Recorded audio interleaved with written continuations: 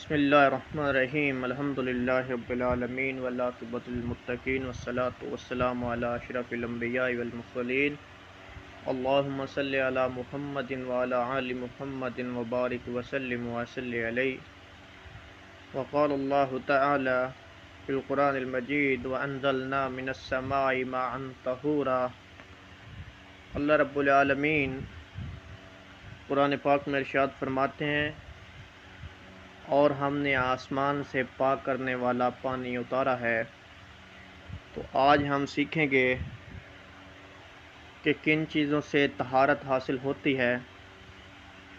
بنیادی طور پہ طہارت دو چیزوں سے حاصل ہوتی ہے، جس میں سب سے پہلے پانی ہے، جس میں پاک یا پلید چیزوں میں سے کوئی چیز نہ ملی ہو، جیسے بارش، کنویں، چشمے، وادی اور ندی، نالوں، دریاؤں کا پانی، پگھلنے والی برف اور سمندری پانی۔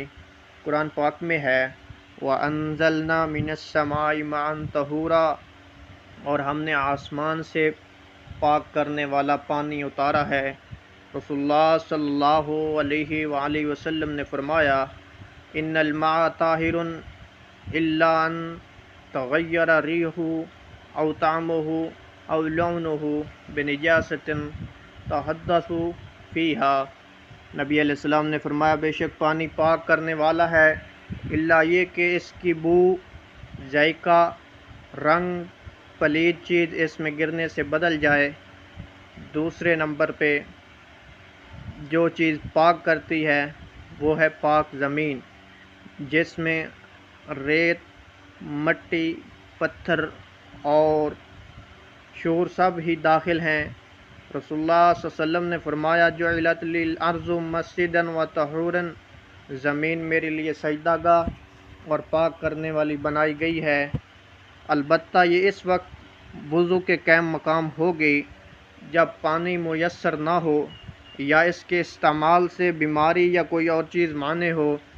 اللہ رب العالمین فرماتے ہیں، فَلَمْ تَجِدُوا مَاءً فَتَيَمَّمُوا صَعِيدًا طَيِّبًا، پانی نہ پاؤ تو پاک سطح زمین سے تیمم کر لو۔ رسول اللہ صلی اللہ علیہ وسلم نے فرمایا، ان الصعید طیب طہور المسلم وان لم یجد الماء 10 سنین فاذا وجد الماء فلیمسہ بشرتہ فان ذلک خیر۔ پاک سطح زمین مسلمانوں کے لیے وضو ہے، چاہے 10 سال اسے پانی نہ ملے۔ جب پانی حاصل ہو جائے تو اپنے جسم کو اس سے صاف کرے، کیونکہ یہ بہتر ہے۔